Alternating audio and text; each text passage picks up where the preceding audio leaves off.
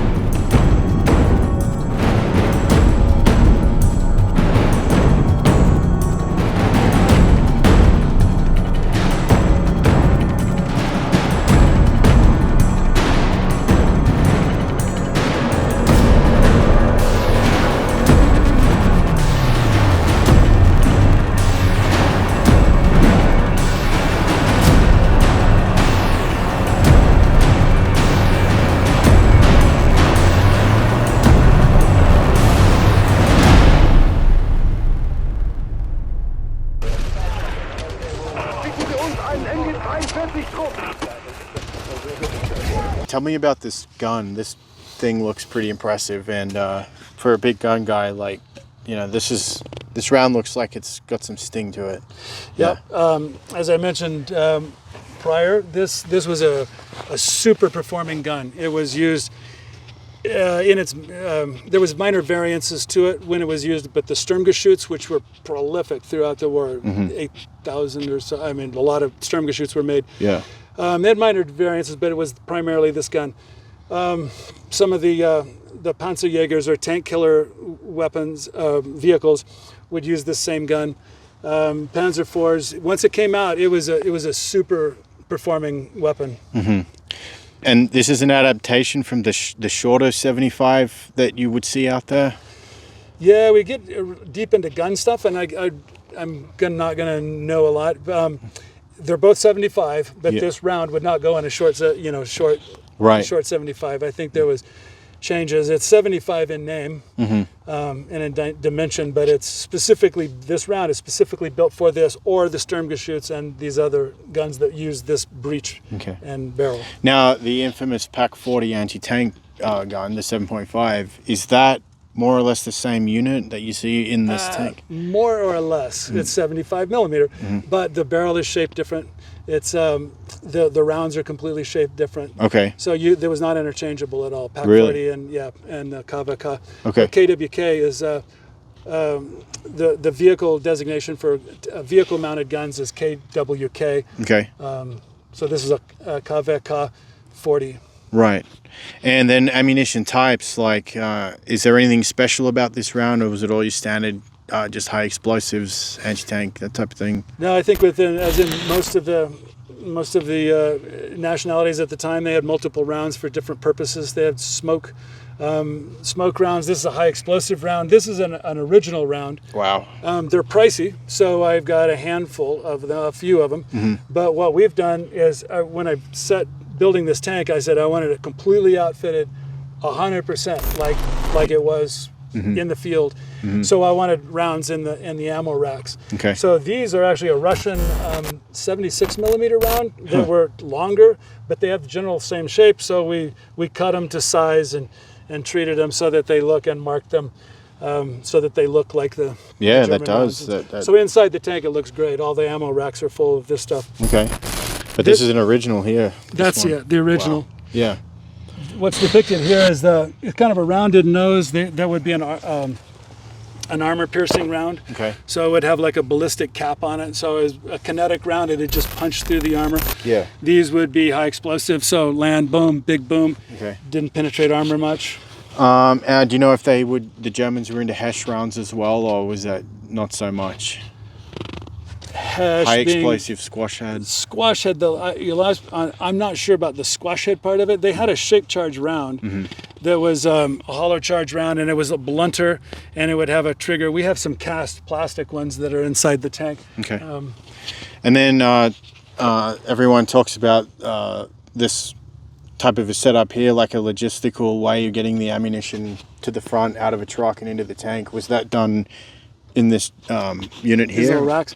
Well, they had ammo crates, so there you would open up a wooden crate and there'd be a whole bunch of ammo. They'd hand those into the tank. Okay. But this is unique in that as they increased the gun size and kept putting more stuff in these tanks, space for ammo storage became less and less and less. Right. So a stopgap is that they had these collapsible 2-round containers that there's fixtures inside the tank, like laying in the floor and against the back wall. There's little shelves around where they could hand in these, and then they could increase their ammo storage by using these little collapsible racks. Okay. Talk about secondary armament. So from here I see bow gun, coax, and even crew commanders. They're all MG34? MG34, yeah, Okay. all the way through. Okay. So this tank has original mechanisms that mount the MG34 both in the ball gun and the coax gun up on the tank. So they're quite sophisticated pieces. Now here we get into the German engineering. Right. We can do it simple or we can do it really complicated. Okay. These are really complicated. So, and I feel very fortunate to have been able to get original pieces. They have little shock absorbers in them and optics and all kinds of stuff that go along with them. Okay. And then we see the muzzle brake as well, the recoil reduction. Was that an upgrade to Panzer, or that was a follow through from the beginning, basically? Well, as the gun became bigger and the velocity increased, there's more energy wanting to recoil the gun. So in order to lessen the recoil of the gun, they put these baffles on the front, and it started out with a single ball on the shorter ones, and then as the power increased, then they started making different layers baffles. And so essentially as the round comes out the barrel, then all of this high pressure gas is following it. That's what's pushing the round out. So as it exits the muzzle brake, then all of this high pressure gas will expand and it'll grab those little ledges, and that will push forward on the barrel. So the high pressure gas is trying to push the gun back and recoil, but yet you have all this high pressure gas pushing forward on the flanges of the muzzle brake, and it lessens the recoil. Okay, that's probably one of the better explanations I've heard of how that works. So. And then one thing I'll say about looking at this gun, you see that big boxy square piece protruding out of the mantlet. Is there a reason that's there, or did they have to have that fit that way to accommodate the gun carriage? Yeah, so what's hidden inside of that thing is the recuperator and the buffer. Okay. So when the gun is sitting, they call it in battery, so it's ready to fire. The gun fires, the gun recoils, and it's a giant shock absorber on one side. So that'll help stop the recoil as well. Okay. And then once it's expended, it's a semi-automatic gun, so it kicks the case out. Right. Now the good barrel is sitting back. We got to push it forward. So the other part is a compressed cylinder that would push the barrel back into battery. Okay. So that's why you get a recoil that's back and then forward.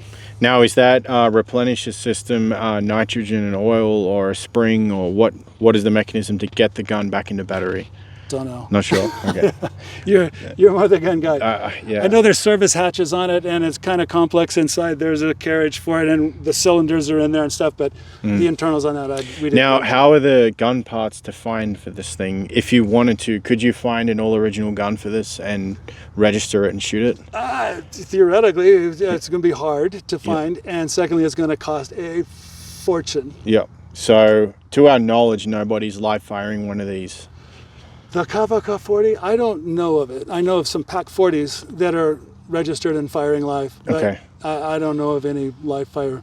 Well, let's do it. Let's put it on the list. So we talked about the tank rounds and how they're carried and stored and things like that. The machine gun, they carried a lot of machine gun rounds because they could go through them quite fast. Right.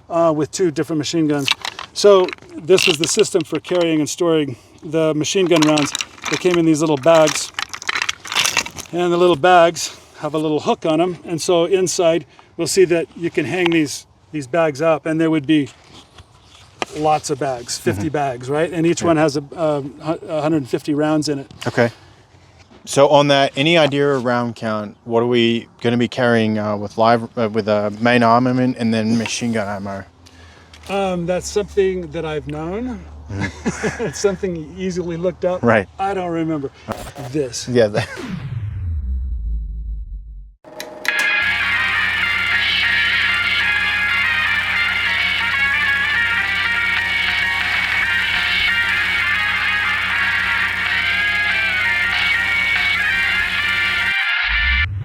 And then talk about crew personal weapons. What are we generally running MP40 or? Yeah, there wasn't a lot. I think there was one that's in there. It was a standard MP mount for vehicles. Pretty much all armored vehicles carried like one MP40. But both MG34s are demountable. Okay. So there was a kit that came with them, so you can flip some things and pull the MG34 out. And then there's a clip-on place where you can place your bipod. And so you can take these tank versions of the MG34s and use them on the ground. The one that's on the top there is an infantry version. The one with all the little holes in it, that would be like an infantry version. And the ones that you see here, they have a different jacket, and they're just armored all the way down. But now, you might not know this one. We'll see. Is there a MG34 nomenclature for the tank version? Like you have DP28, but in the T34 it's a DPM or DPT. No, it's the same MG34. Okay.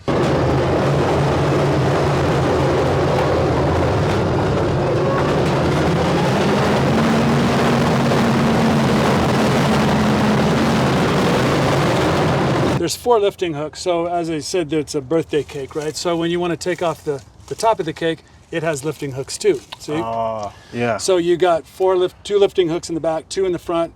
You would pull the gun out, take the turret off, and then you're down to the Aufbau. So then you go in and you remove a whole bunch of screws, and the Aufbau is free now. And then there's 4 hooks on it. You can lift the Aufbau off, and basically then you're just left with a hull. So that it's lit, like you said, it's literally bolted together. It's 3 pieces. Yeah. Wow. 3 levels, and they're bolted together. And again, with the Panzer IV, these flanges that they're bolted, that are holding them together, are not heavy duty. So you could have all the armor in the world, but if you got Scotch tape that's holding the 2 pieces together, okay. So that makes sense. Yeah. In the construction of this, we had it. We had those components on and off 30 times, probably. You know, it's just on, off, or turret on, turret off, turret on, Aufbau on, off. Well, you guys get good practice then, huh? Yeah. You could pull one apart in no time now. All right, what do we got going on here? It's a later style tow hook. So early tow hooks are this S hook, like this guy. Okay. I have it on the front because it looks cool and I like it. It does, yeah. So that's why that goes there. These would couple onto the tow point, and then this rotates sideways. It'll hook on, then you rotate this back, it locks it on. So you can actually lock 2 tanks together for recovery and stuff like that. So it's like a different way of getting a shackle, basically. Yeah, okay. It's and then is this a fire extinguisher? Like it lifts out and it's like a portable? Yep. Okay. They're all made by Tetra. That's again, a brand name. Tetra made the fire extinguishers. So are we before that period of fire suppression systems? This is long before that time, right? Yeah, okay. Okay. Your fire suppression system is open the hatch, jump out. You mentioned jack blocks before. Yeah, this is the jack block that would go with the jack on the other side, so it'll give you a good basis to lift off of. Real common with all the German vehicles had the wood jack block. And this kind of dome external structure here, what's... Yeah, this lump here is hollow up underneath. This is an original piece, and it has a piece of bar welded here. That's aftermarket. Somebody in the field did that. Probably to keep somebody from putting a grenade up in there or whatever. They did. Most of them don't have a bar here, but this one does. Okay. So this is part of a system where air is pulled in through the little scoops on the front here. Those go into the brake housings. So that cool air will go across the brake drums. And cool them. Then that air goes into a system of pipes. So that's coming from one direction. On the back side, there's the clutch. So it's drawing air in off the clutch and pulling it across that to cool the clutch discs. Then they go through a fan, they go up a big pipe, and hot air, the heated air would come out here. Okay. Now in extreme cold climates for a heating mechanism, can you divert that into the tank or is it fixed? There is little valve openings in the piping. It's just a simple little slip it open, slip it close. But you could do that. You can also divert engine heat into the fighting compartment by opening some different valves, because the hot air is, cool air is coming in, that's going immediately through the radiator, so there's warm air around the engine. And so then you can vent that in and create wire cutters? Wire cutters, standard vehicle issue. Everything's got those. And then, we didn't have these road wheels on the other side, right? No, that's correct. Go through Just that. a couple spare road wheels. That's basically carrying them for when you need them. Okay. These little wrenches are interesting. Does it come out that side? Yeah, there you go. It's got to be pushed over. So these are part of the track tensioning system. You get 2 of these, and you have to crack open the adjustment mechanism to take the caps off to use the big wrench to tension the track. Right. So okay. And the road wheels, are they a 2-piece, or is that one? it's a single piece. Single dual. Yeah, okay. It's a single piece, Yep. and it's got big ball bearings inside, and it's a one and done. Okay. Replacing them. Yep. And then we got GunCES, I see right here. Yep. This is actual Kavakov 40 gun cleaning tools there, so Yep. that's kind of cool. Okay. They went to, the earlier ones had 3 rods, and then as they increased the barrel size, then they got 4. So if you find these, some are made for 3, some are made for 4. That tells you whether they were early or late pieces. Okay. And then we're back on that, what we talked about before, the intake side. Yep. Engine air intake, is that through here as well? The engine air intake's kind of interesting. It goes, we'll probably see it when we open the engine compartment, but it's got a big tube system that comes out in a monstrous air cleaner. Yeah. And then that air cleaner can either draw air from the inside the engine compartment, or you can flip a valve and it'll draw it from the fighting compartment. So if you wanted maybe air conditioning or whatever, or for whatever reason, you could flip it open and be sucking air out of the fighting compartment. Okay. So this is a Convoy Light, and it's also your tail light. So if you're out on a Saturday night cruising through Berlin, you can turn it up like this, and it's a marker light. You got like brake and then indicator, or is this on both sides? No, it's only on that side. Yeah, it's only on that side, and we have a little reflector here. So if you're coming up behind, then that's an original cat eye. It's very specific. Okay. Anyway, so in Convoy, this is an interesting light, pretty ingenious. So at a distance, when you see this light and these made up of 4 little lights, your eye will just see one big giant red blob. And so that tells you that you're traveling too far back. Okay. So now you need to close the distance to the vehicle you're following. When you see 2 lights, one here and one here, your eye perceives that, then you're at the right following distance. If you get too close, then you can see 4 individual lights, and you need to slow down and back up a little bit. Now, how does that work? Like, are they angled to, like an angle No, I think thing? it's a human eye thing, right? So if you're looking at something at a distance, you lose the definition. Yeah. And you would see 1 light. But as you got closer, then your eye is going to perceive 2 lights, and then 4 lights. That sounds like some kind of psychological war game then. Okay. And then we got our rear fender. Changing track, do you have to have front and rear fenders up? Yeah, because the track could run it, you got to get it out of the way, basically. So this spring-loaded, this raises up, and it'll stick up like that, and then it gives you access to the track. Okay. A lot of the black and white photos you see of the wartime tanks, they're missing their fenders, and so you'll just see the track hanging out the back here. Right. And then moving more central, starting at the top, engine access points up there, which we'll get into. Tow cable? Yeah, tow cable. This particular tow cable is light. It's not original. It's not even the right size. It would be a much larger diameter. This just happens to have one. I had one and put it on just to make the point. There's a bunch of little things on the end here that there's a lot of ideas about what they are. What this is for sure is... We're about to find out for sure what it does. We're going to break through the myths. Yeah, we're going to kill the myth. Yeah. So there's radiators laying in here on this side. So the air's coming through like that. And what's drawing the air through and out, pushing it out this side, is 2 big mechanical fans that are mounted to this door. So when you open the door up, you're pulling out these big fans. Okay? Oh, yeah. Yeah, it's a big clump of fan. And so are they a belt drive? They're a belt drive. Okay. Yeah. So you're driving the cooling fans off of the crankcase off the Maybach down here, and there's a belt that runs up through around a pulley and up and around this, and there's a pulley drive right inside of this. Okay. And so if I'm going to raise the rear deck of the tank, somehow I have to release the belts without pulling the belts off, because it's a big operation. So inside of this, there's a little handle, and you would twist it and you pull it, and what that does is pulls a drive shaft out of the driven side of it.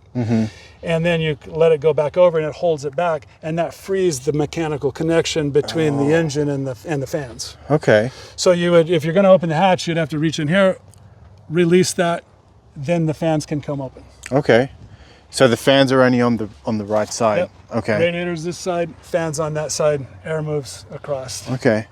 And then moving down, we got two exhaust mufflers going on here. So what's the deal here? So the turret drive on the Panzer IV from the very beginning was an electric drive. It was there was a pony motor, a pretty good size. A 2-cycle engine in the back here, and that had a generator hooked to it, so that would generate electricity. That electricity is fed up to an electric drive motor. So as you operate the controls in not manual mode, then it would throw electricity one way or the other. So this is the little exhaust that's for the 2-stroke motor that's generating a bunch of electricity. Okay. They did away with this right after this tank, so the brake point, there's a few hard brake points. I said it's kind of a gray line, but on a lot of things, but a hard brake point is it's generally accepted that if it has a powered traverse on the turret and it has the pony motor, then it's an H. Okay. Like the next month after this was made, they did away with that and it was only manual. Oh, right. And they did that to save space, because there's quite a bit of space in there where that motor is, and they was going to add another fuel tank. Okay. Which, now, these days, are those pony motors hard to come by? All this stuff is impossible. I mean, like impossible? Or, I mean, they exist, but it's... do you know did Maybach do the pony motor as well? Or? No, it was Auto Union, I think. Okay. And... was that a common motor across Germany before the war? I think very specific. This is very specific design and built. It looks to me like I can't imagine that it was drafted into service here. Right. Yeah. And then the main engine exhaust. Yeah, so not in a few months after this tank was made, it would have gone to a separate exhaust, and it didn't have mufflers. They had flame. They weren't even really flame arresters, I don't think. But the exhaust pipe just shot out here, and it had a little jacket around it, and it just simplified exhaust. But up until this point, then there was this one giant muffler for both things. Where that is very prone to small arms fire damage, is that really going to affect anything other than how loud this thing's going to get? Yeah, I wouldn't have any real... And plus in the photo, if you look at wartime photos, most of them are beat to pieces or gone. Okay. For all those fanboys out there who just have that weird fetish about doing track, I can assure you bashing track is not fun. But for their sake, run me through the track adjustment procedure. So the pretty simple system here, there's this cap. It's a heavy cap, it's not light, but those wrenches we talked about, it'll break these two. This is a set nut, so the cap comes off, the nut comes off, and then this lever, we could smack down on this lever, and it'll push this fixture away from this fixture. So what that's doing is there's a series of directional teeth that'll only go one way. Yeah. And so when you press down on this, it pops those teeth away from each other, and it'll release it, and then this track will swing forward. Yeah.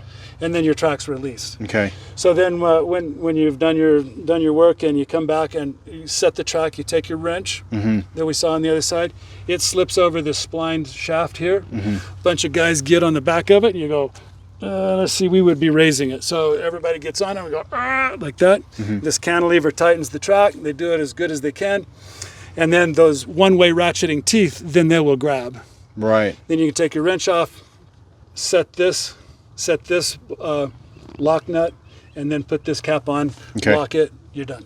So yeah, looking at the design of the road wheel, the shaft for the road wheel, it's not centered, it's offset. So when you roll that, it's going to roll the road wheel away from the tank. And Correct. Now it's almost the same as Sherman. You just bash the lock plate off and it'll roll the rear. So how do you know when track tension is set? Do they have a tool like a string? And there's a spec. I think it's 5 centimeters on sag on the middle between the two biggest. Okay. Or 5 millimeters. I don't remember. Right. But it's a set spec on how much your track slacks.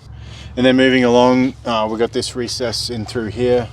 I'm gonna guess an inertia start. Yep, that's where your hand crank would go in, would feed in here.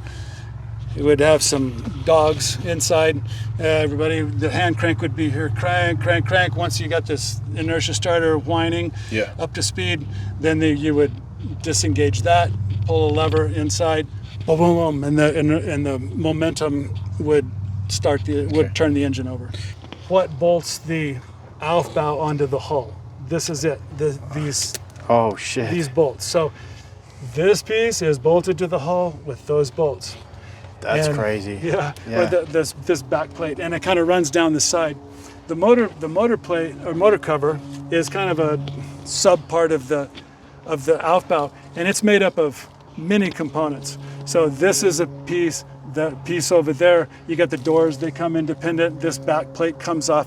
So this is not one unit that sets on the back of the tank. To get to the motor, you take it apart piece at a time. You know, seeing a lot of the Panzer footage and Panzer videos out there, no one has pointed out to me that this tank is held together with literally, like, you could go down to Home Depot and buy this right angle steel and do that. Yes. So this piece of angle iron is welded to the hull. The Aufbau sets on top of it, and these bolts bolt the Aufbau to the hull. It looks like we're missing a couple. Save on welding, but then let's use like heaps of bolts. Yeah, and it's stitch welded nonetheless. So. And then we saw footage before. The fuel ports are right there. Mm-hmm. Is there anything to add? But we saw that was kind of a pain in the ass. Super pain in the ass to put fuel in. Why? Why is it not up high? Again, it's like the fuel tank's down below. How else do you get the fuel in there? This is all 1930 ideas that they just never got away from. Okay. It's cooked into the cake. All right. Turret exterior. Do we know what that is? That part of serviceability for the recoil system? Yeah, that's if you asked me the specifics, I think it's fluid. Okay. Because in there was some piping and things like that. So if you wanted to adjust your recoil buffer or your recuperator, that's where you'd work on it. Okay. And then exhaust vent fan. Exhaust fan, yep. Okay. And then, once you get up on top of this thing, it really, sizeability, it's not really a big tank. It's kind of small, yeah. The cupola has an interesting story. I have two cupolas. The most interesting story is on the other one. However, this is still a pretty interesting story. This came from a village in Latvia called Krot. And this and some other pieces that went on here was found at a Panzer IV wreckage site. And so I did some homework, and the Krot was never on the front line. But yet the way the person that found all of these parts described it is that it was a pretty big explosion, and the parts were scattered all over, and they were able to find these pieces. So my theory is, correct or not, is a ground attack aircraft, possibly. Okay. Something, because it was a marshalling area for 4th Panzer Division. Yeah. And so that most likely was on a 4th Panzer Division, Panzer IV. It's behind the lines in a marshalling area, and it's all blown to pieces. So figure out how that happened. Yeah, okay. That's, it's hard to, when you do get a tank you restore and you can proof some of the history, even that much detail, is pretty rare. Like a lot of stuff people use, it was either a training role or never left the country. On the cupola, it has 5 different points of view. So right now the vision ports are closed. Okay. Inside of there, which we'll see, I'm sure, later, but those would open up and you would see viewing areas, little viewing slits where the guy can see out. Okay. It has a rough little marker there. When you look through the center vision port, there's a little arrow indicator. Yeah. And that's so that the commander could roughly sight the gun in. If he saw a target out here, he could call commands and put the turret on. And then the gunner would take over with the main gun sight. The main gun sight looks out of this little hole right here. Right. Yep. A little rain gutter. So he's kind of got the concept of tank telescope and tank periscope, not so much, but he has the vision port. Yeah. Because those of you that don't know, inside a tank with the gunner, if you have only telescopic vision, you got tunnel vision big time. And then at that point, you'll be relying very heavily on the crew commander for direction. By giving the gunner a wider point of view, that avoids that tunnel vision aspect of things. So, and when you say to me, target 300 meters, 12 o'clock level, and I'm buzzing around trying to find it through just the telescope, but if I have that aid of periscope, I find it there first, Yeah. and then I can lock in finally with the telescope. So Where he can see that pointer, then he can say, you know, traverse left, traverse left, traverse left. You're on it. Do you see him? And then you should be able to open these two vision blocks. It doesn't open much. That's it? That's open? Well, we're bumping into the machine gun thing. So okay. so anyway, the commander could take a look out of here, and he Oh, could I see it. Yeah. he could see his target, and he could roughly sight the gun in. So he could give instructions to the gunner to traverse the turret until it's on, and then it would give him a chance to say, "There's a T-34. Do you see it? It's behind the twig or whatever." Yeah. So he can see where the gun's at. Does this cupola traverse or not? No, the cupola is fixed. Okay, so that's a fixed like pointer, so he can reference where the gun's at. Yep. Yeah, that's crazy. And it's movable. You Oh, unscrew okay. that, and you can attach it anywhere you want. Okay, but it doesn't slew around. You have to pick it up. You have to pick it up and Okay. set it. Yeah. Okay. And it's more intended to, this releases, and this would raise up high. It's more meant for aircraft, anti-aircraft. Okay, that A makes gun. sense. The commander wasn't out fighting with a machine gun. Right. He was fighting the tank. But if there was an aircraft coming in, he was free to use this Okay. to try to knock it out. And then the hatch design, we mentioned something before. There were two-piece hatches at one point. Yeah, the earlier design with the cupola looked kind of the same, but it's basically a completely different cupola.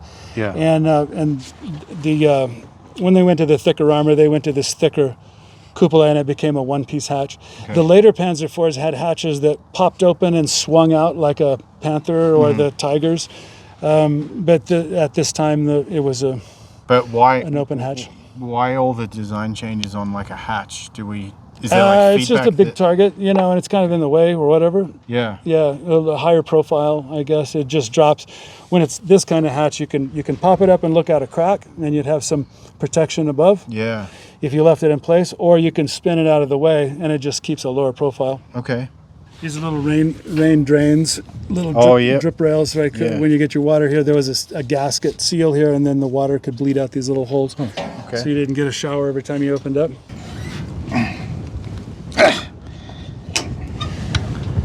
Oh yeah, that's it, huh? So there was 3 settings. You got closed, and then you got a kind of a little bit, which I can't see fuck all, and then you would open it all the way up. But even right there, that's kind of susceptible to small arms damage.